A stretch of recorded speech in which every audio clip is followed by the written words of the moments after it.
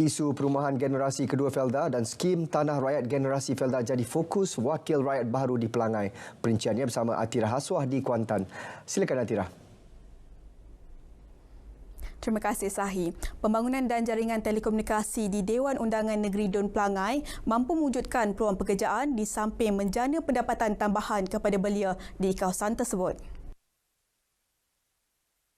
Belia Muhammad Syahiran Abdul Rahim berusia 25 tahun mengharapkan jaringan telekomunikasi dapat diperluaskan di kawasan Dun Pelangai agar golongan muda dapat menjana pendapatan tambahan melalui media sosial.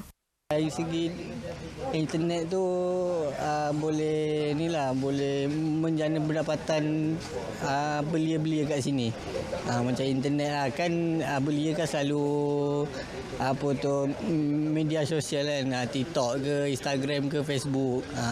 Biar pembangunan di sini nanti boleh menjana pendapatan di belia-belia kat sini lah.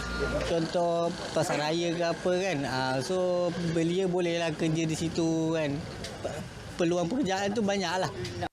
Abdul Aziz Abdullah 77 tahun berkata, peluang pekerjaan perlu diwujudkan di kawasan tersebut bagi mengelakkan anak muda keluar bekerja di tempat lain. Pembinaan rumah generasi kedua di kawasan Felda juga perlu ditambah. Anak-anak muda kita buat kalau bengkel-bengkel patut yang ada sini, tak ada. Anak-anak kita semua keluar je pergi jalan luar, pergi kerja luar. Itulah buatkan satu bengkel ke apa ke yang patut kasihlah anak-anak muda. Dan rumah yang generasi kedua, itu yang pertama tu. Generasi kedua tak ada tu. Waktu duduk rumah guru tu, rumah lama tu, sewa. Sungguh tak mahal tapi rumah tu dah huzur sangat. Itu yang saya sedih tengok. Kalau boleh itulah yang kedua tu buat ke tempat dia.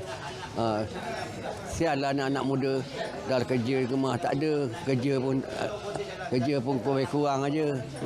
Penduduk juga berharap selain menambah baik infrastruktur di kawasan tersebut, wakil rakyat juga perlu sentiasa prihatin dan peka terhadap keperluan mereka. Harapan suruh ni buat kemajuan kat sinilah. Ambil tahu tentang rakyat, tentang peneroka ni, kewangan kan. Macam itulah. Sementara itu, Wakil Rakyat Baharu Dun Pelangai, Datuk Amiza Abu Adam meletakkan isu perumahan generasi kedua Felda sebagai salah satu aspek penting yang perlu ditekankan selepas ini. Skim Tanah Rakyat STR Generasi Baru Felda perlu diwujudkan di kawasan Pelangai bagi memberikan peluang kepada mereka yang masih menetap di tanah rancangan itu untuk memiliki kediaman sendiri, termasuk kemudahan infrastruktur mencukupi. Menurut Datuk Amizar, beliau terpanggil untuk meneruskan inisiatif itu yang pernah disuarakan Allahyarham Datuk Seri Johari Harun. Ini adalah lot tanah generasi Felda. Itu yang kita gambarkan supaya semua anak Felda dan tidak perlu lagi lah keluar daripada Felda. Sekurang-kurangnya mereka mendapat satu keluarga, satu rumah. Maksudnya bukan keluarga anak-anak, maksudnya keluarga Felda. Maksudnya ibu ayah ada satu rumah dan kita ada nak duplicate. Kalau boleh cukup tanahnya kita nak duplicate satu rumah. So ini adalah salah satu perjuangan dia orang punya permintaan kebanyakannya lot tanah generasi. September lalu, Kerajaan Negeri setuju mengisytiharkan 18 kawasan dalam wilayah Felda di negeri ini sebagai skim tanah rakyat. 10 daripadanya dalam wilayah Mempaga di Bentong, manakala masing-masing 4 di wilayah Jengka dan wilayah Kuantan. Daerah Bentong tidak hanya terkenal dengan lokasi percutian menarik tetapi juga sebagai lokasi agro pelancongan. Terletak 13 km dari susu keluar leburai Karak Kuala Lumpur, sebuah ladang durian seluas 88 ekar menjadi daya tarikan baharu. Mendapat ilham mencuburi bidang agro pelancongan daripada rakan-rakan menjadi titik tolak kepada Lam Kon Long memulakannya pada 2017. Melihat kepada potensi itu, beliau mengambil keputusan menanam 2,500 batang pokok durian pelbagai spesies. Turut disediakan penginapan di dalam kebun durian dengan harga berpatutan. Lepas tu pasal saya ada ni kawan banyak dia datang sini, dia orang suggest tu. Lepas tu daripada sana tu saya dapat ilham. Bukalah Karak Orchard Resort dari tahun 2017. Daripada 28 sampai ke 80 bilik. Dari sanalah ilham tu.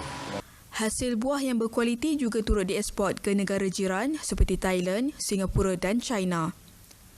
Secara tidak langsung, membuka peluang pekerjaan kepada penduduk setempat serta meningkatkan sektor ekonomi berasaskan pertanian di kawasan itu.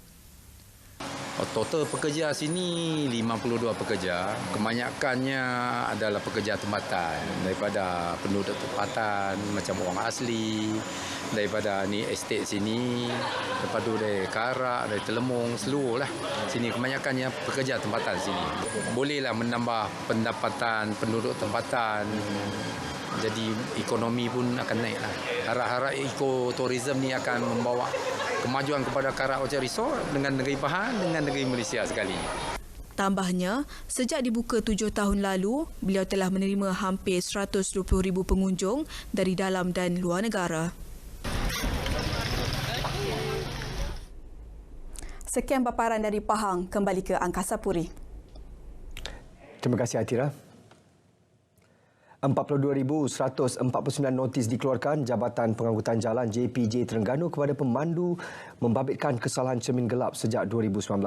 Jumlah itu turut melibatkan 7,444 notis antara Januari sehingga Ogos lalu.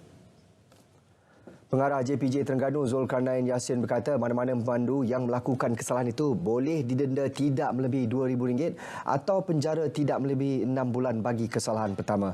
Bagi kesalahan berikutnya, denda RM4,000 atau penjara tidak lebih setahun atau kedua-duanya. Dan jika kompaun tidak dijelaskan dalam tempoh 3 bulan, kes boleh dibawa ke mahkamah.